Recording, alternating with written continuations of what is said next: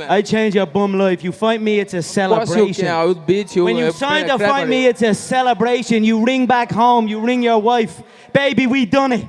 We're rich, baby. Conor McGregor made us rich. Break out the red panties.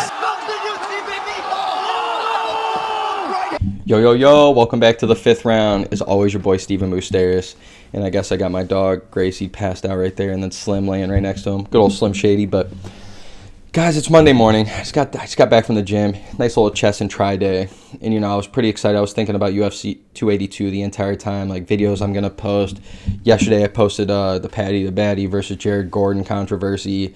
Then I posted Leah Tapira, who I thought was MVP of the night. And then today, I'm like, bro, I could post Darren Till's loss with Dricus du Plessis. I could post the main event, talk about that, the controversy there. You know, we could talk about Raul Rosas Jr., who 18-year-old, just won, youngest fighter to ever win in the UFC. And you know what? I feel like this is my job as a diehard fan. I would like to say I'm a diehard fan, self-proclaimed diehard. This is our job as fans here, where we need to start holding people accountable in this fucking sport. And if it's not for us talking about it, like the fighters are always going to talk about it, but when the fighters seem to talk about it, us fans seem to go at them and call them, you know, soft and, oh, you should have won the fight. You should have done more in the fight. But we need to start holding people accountable, man. And this is because for you guys that love fighting just as much as I do, and if not more, and you guys really care for these fighters because you know what they go through, you know what they're doing, like, and we don't even really know. We just have a little, especially if you guys have trained or whatever, like, you have a little bit of understanding of what's going on. Like, not only is the window for MMA so fucking short, and I get it, it's short for all major sports like basketball, especially the NBA, NFL, MLB. Like, these sports they have a tough window too, but there's so much exposure to these fighters or to these guys, that these other athletes, like the NBA, they got 82 games in a season plus more if you make the playoffs. MLB's got 160 games or something like that, plus more in the playoffs. They play like 2-3 games a day sometimes, back to backs. Then you got road trips that they're playing like 4 straight days.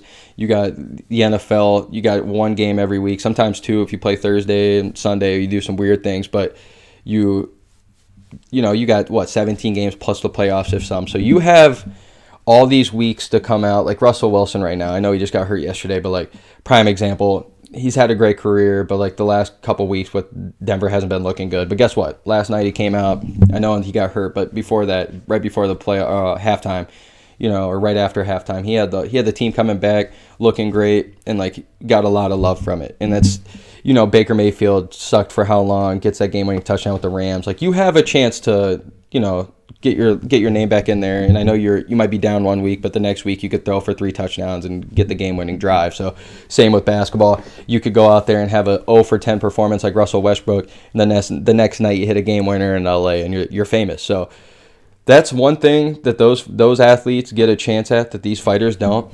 And that's why I think I take it so personal sometimes, man. These fighters put so much into this. They got kids, they got family, let's be honest here, dude. Like, you start off training, you start off falling in love with the sport. Probably, I would say on average, and this could be wrong, averages could be wrong here, but like just for this example, like let's say you start training 15, 16, and I know you got them guys younger that do it, but like say 16, 17, 18, something around there, you start training. You give it a couple years, you start loving it, maybe you start fighting amateur, it's around like 20, you start fighting amateur, 21, and then you fight maybe a year or 2 amateur, you move up to like the little pro, your local pro fights. That's going to maybe be a year, probably 2 or 3 fights there. And you're not making any money at this point. Maybe $500 to show, $500 for a win. Maybe at some of these, if you start becoming a main event, maybe. And then you work your way up to LFA, all this stuff. But by the time you get to Bellator, One Championship, PFL, UFC, like, dude, let's be honest, you're like 24, 25 years old, 26, plus sometimes. Unless you're a phenom like Rosas Jr. and John Jones and these guys, which the average fighter is not. That's however many years right there, 8 years or whatever of training, 6 years, 7 years of training and fighting right there without really making much money, all the sacrifices you've done. And we're not even adding injuries into this yet or knockout losses or anything. So say you get in there at 25, by your 32, 33, 34, that's like the time that these guys start like maybe falling out of there if they've been fighting that long, like if you take some losses. But like let's say you have a good career, Kamaru Usman type. Like, and I know for heavyweight you can go longer because the power kind of transfers a little better the older you get, and the speed isn't that big of a deal in heavyweight fighting yet. And still, I guess now with Tom Aspinall and these guys, like the older guys aren't going to last. But you know what I'm saying? You can last a little longer in the heavier classes, but the guys from like 125 up to like 185, like speed plays a factor, injuries play a factor, all these things play a factor. Not to mention you're literally fighting killers. And these guys are making like what, 10,000 to win, 10,000 to show. Like you're making 20,000 for a fight and a 6-month camp. You got to pay 10% to your camp, 10% to your trainers, your managers, to your BJJ coach, your Muay Thai coach, your nutritionist, your sparring partners. You got to pay all these things. By the time that you even get your paycheck, it's gone. And people like you and I who are working 9 to 5s or whoever, like we're technically probably making more money than the average fighter. So you got these guys putting their life on the line, putting these training camps in, not to mention careers getting ruined out here for them fighting so much, and they have to fight injured, that they're blowing legs out, they're blowing shoulders out, they're sitting out for a year, surgery, maybe even, maybe by the time they come back, they don't train, they don't, or maybe not the training part, but they're not recovering as well, and then they're getting injured, and it's like causing them to sit out 2 years. So by the time that these fighters get to the fucking octagon, most of the time, 99% of the chance, these guys are somewhat hurt, you got some nagging injury. And I know most sports probably do, but like other guys can sit out a couple of games and be fine because they got a team and, they're averaging 30 or they're throwing 400 yards a game or they're averaging, 60 home runs in a season. Like these guys can pick and choose when they play. MMA fighters, until you're like Conor fucking McGregor, which is like the 0.001 percentile of these fighters, you're never going to be in a position to be able to do that. So these guys put so much on the fucking line, put so much into a 6-month training camp, all these things for it to go so smooth, hopefully. And finally, you get to the fight. You've worked your ass off to get to this big stage. You made it to the UFC. You're fighting at Madison Square Garden. You're fighting at T-Mobile Arena in Vegas. You're fighting in Boston, the TD Garden. You're fighting in Abu Dhabi. You're fighting at all these places you wish you could have ever fought. And you got this killer in front of you, and you both give your balls out there. 15 minutes, 25 minutes of you just absolutely hustling and grinding, giving it everything you have. And then it comes down to these stupid-ass judges who absolutely are fucking with these guys' careers, man. I'm personally getting heated about this shit, and I don't ever like to sit here and say people should be losing their jobs or I should be calling for their head on a stake or nothing. I usually never love to do that, and especially like when we look at refs and stuff, like it's easy to critique a ref, but at the time, man, it's so hard with these high-level fighters going so fast, and anything can happen. Like, you're not going to catch every nut shot. You're not going to catch every glove grab. You're not going to catch every cage grab. You're not going to catch every punch that lands. You're not going to catch every tap. Like, there's so many things going on and different angles that happen in a fight that I understand where refs sometimes can fuck up. But these judges, man, I mean, I know that the criteria is not the greatest right now, and I know it's got a lot of gray area, and it could be a lot better, but man, sometimes you're sitting here watching these fucking fights, and you're like, what are these judges seeing, dude? Like, let's put this into example, and I'm about to be calling some names out, so be ready here. Let's go to MMADecisions.com. This is one of my favorite websites. I don't know who created it. Absolutely love you guys, so if you guys see this, shouts out to y'all. You guys are the truth. But these guys have this thing locked down where you go to MMADecisions.com. You can see it's like A to Z, all the judges on the left side. Like, you can pick any judge you've ever wanted. But like, what I like to do is you go up to the top left there where it says decisions. Click on that. It goes by judge, by fight, by fighter, all these different things. By card or something like that. You want to click clearly by decision or by card or whatever, by event, I think technically. And then it's going to just give you a whole list of the recent fights. So let's go to Friday night. Bellator. Let's go to Bellator. Rafion Stotts versus Danny Sabatello. I don't know if you guys watched it. I watch every fucking MMA fight I possibly can. One championship, PFL, like I said, all of them. Like, literally all of them. Bellator. Sometimes I watch LFA. Sometimes I watch the Contender Series. I watch as much MMA as I possibly can. So Bellator Friday night. I was really excited for these fights. Had some great fights. We get down to the main event. It's the interim title. It's the Grand Prix semifinals. It's Rafion Stotts versus Danny Sabatello. Whoever wins this going to fight Patchy Mix for the championship, or for the Grand Prix winner. Whoever wins that gets to fight the champion, Sergio Pettis. So it's a big deal. And these guys fucking hate each other. Stotts and Sabatello hate each other, and it's a great fight. It goes all 5 rounds. It's one of those back and forth fights. It's like, You got Stotts, he's the guy doing more damage and trying to look to finish more. But then you got Sabatello, who's just really good at grappling. And he's not the type of guy that's going to look to ground and pound much, and he's not looking to finish much. So he's much more of like a smothering, I want to keep you there in position type. So, you know, for me, I thought it's up to the 5th round, whoever wins this. I thought it was 2-2 going into the 5th round. From what I was seeing on tweets and everybody else interacting with it, it looked like it was supposed to be, you know, a nice little 48-47, 3 rounds of 2 decision. The very first judge, Douglas Crosby, comes out 50-45 for Danny Sabatello. You're sitting there at home, you're like, what the fuck? 50-45? What was that guy watching? So you're already thrown off. And then the next 2 judges get read off at the same time. They said, and the other 2 judges score it 29-28 for your winner by split decision. Or I guess it was 48-47. It was a title fight, so I'll give you that in the main event. So, but it goes for Stotts. So the other 2 judges give it 3-2 for Stotts, and the other guy gives it 5-0 for Sabatello. So you're sitting there like, what the fuck? You see Danny gets mad. You can see Stotts is like, what the fuck is up? Like, it's a very awkward moment. Even if you think you lost the fight or won the fight, that's a weird one to swallow. So I don't know how I'd feel already there. And this fight's in Connecticut on Friday night.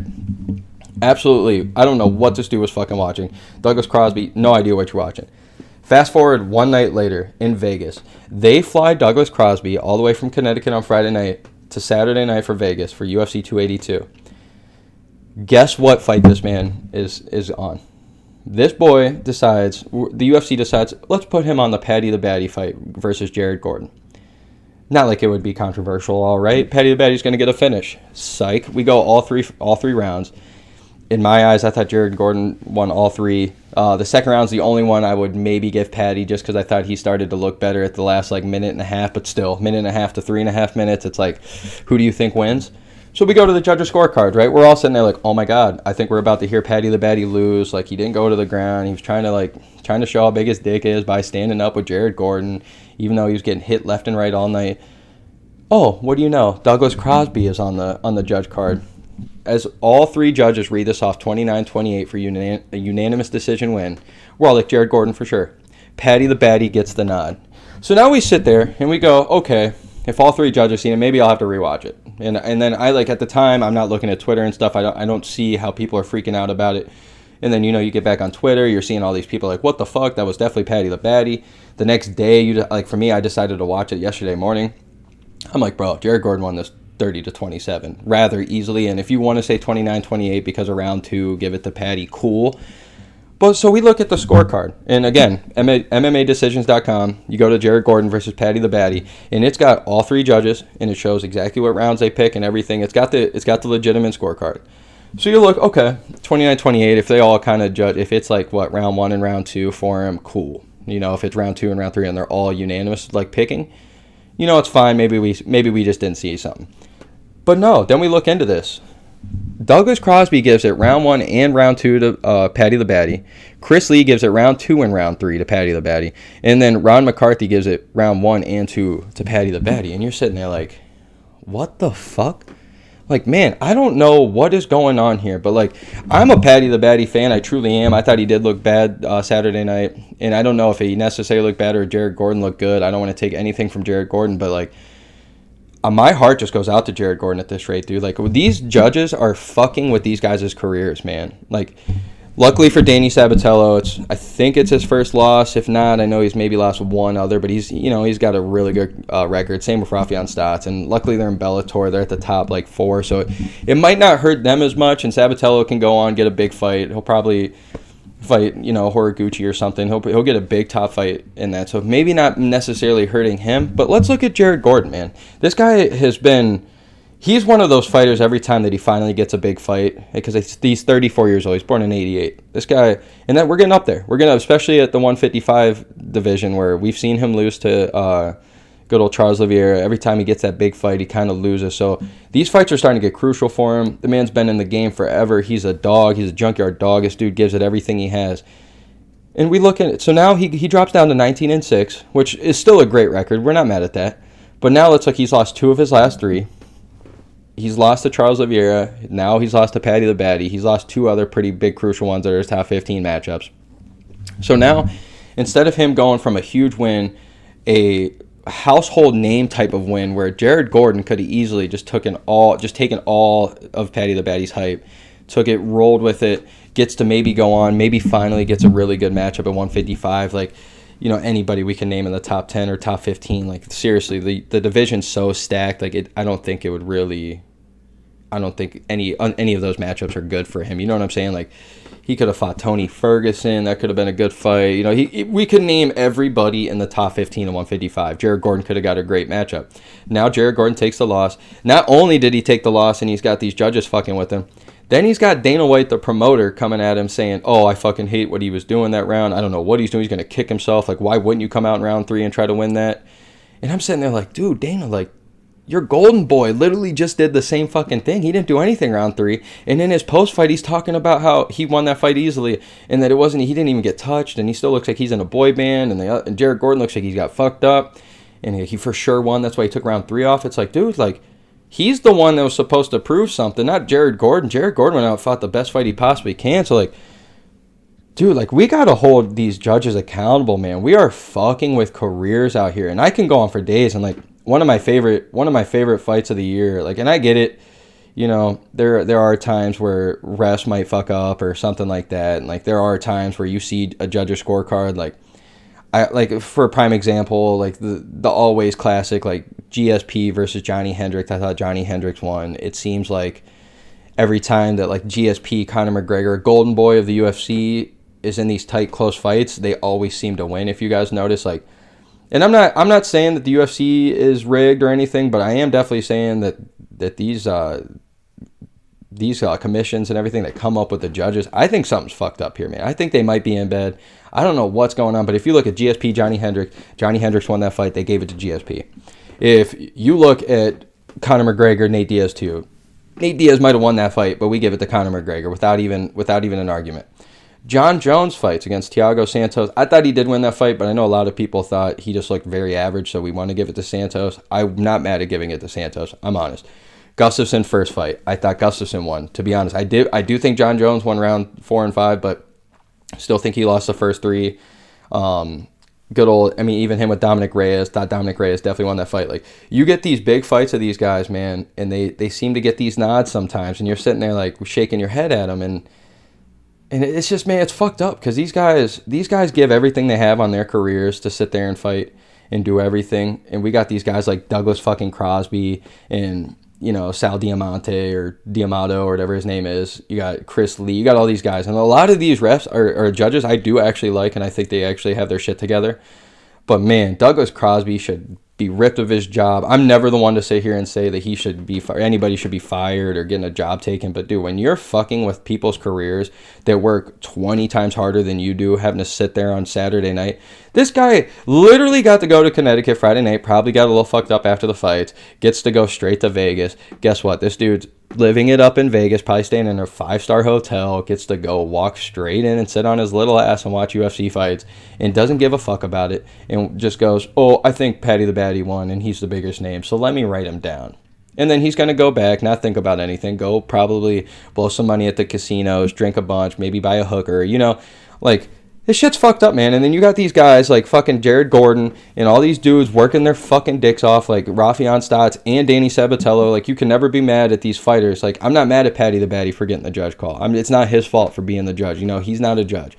But it is fucked up to see these guys' careers just get fucking re-trajectoried for this fucking stupid shit, man. It's like Jared Gordon now, he's one loss away from maybe being out the UFC or one loss away from, okay, hey, you're never getting another chance. Like, we're going to have you as the gatekeeper from now on. You're that top 20, top 15 gatekeeper. Like, and then guess what? He's going to be fighting young up-and-comers instead of going up and fighting, you know, he's not up there with like Beneil Dariush or something or Tony Ferguson or Michael Chandler, but there's all these older guys in there that he would match up very well with in comparison to these up-and-come killers. And it's, I don't know, my heart just goes out to it, dude. I'm getting sick and fucking tired of it. I know I care about the sport crazy, and I love these fighters, and I'm hoping that I'm at least shining a beam of light on these guys and giving them some exposure that I know I'm not helping them with exposure, but I feel like us as in general and people who care about the sport should be talking about it more and getting them out there. And I just fucking hate, like, you don't see the NBA losing losing a game for a fucking judge's decision. These guys don't lay their balls on the line for 48 minutes to go out there and fucking be told, oh, hey, by the way, you guys tied it at the end of regulation. We're going to go to the judge's scorecard. I know you guys scored the same amount of points. You guys made it to the same point. But guess what? We thought LeBron looked cooler on that one dunk, so we're going to give it to LeBron over Giannis or something, or over Steph. You know, something stupid. Or in the NFL, oh, hey, guys, you guys all tied at 28-28 going into OT. Guess what? No OT. We're gonna throw a judge's scorecard out there. Like, what? Excuse me, what? We're going to base it off of Paddy Mahomes throwing 400 yards, and he maybe had 2 picks, but he has 4 touchdowns, compared to the other guys who maybe had a pick 6 and maybe 2 rushing touchdowns and maybe 1 passing touchdown for 13 yards or something, but it wasn't as cool. It's like, dude, no, we got there the same fucking way. We put all this fucking work on the line.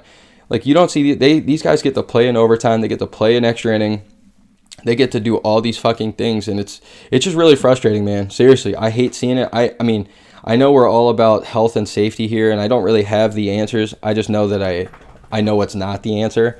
And these fucking judges, man, that just don't know what the fuck they're talking about. Like, I tried to look up Douglas Crosby. Can't find anything on Google. This dude is literally a fucking bum, some old-ass piece of shit. Like, yeah, I'm sorry, I'm heated. Like, I would love to meet this guy and beat the fuck out of him. Like, you cannot be fucking with these guys' career. You get paid. You get paid your little fucking $1,000 a night or whatever you do for a judge. I don't know what these guys get fucking paid, but it's nothing.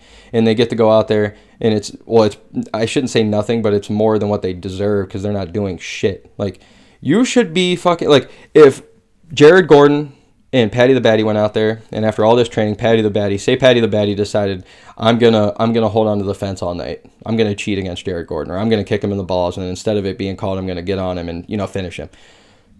You know, that's okay. You cannot be doing that. Like, you're ruining it. You're fucking everything up on your own self. The fighters are. No, but when these guys go out there and put everything on the fucking line and they work their ass off, they can barely stand at the judges, while the judge or the ref's got their arm ready to call the name.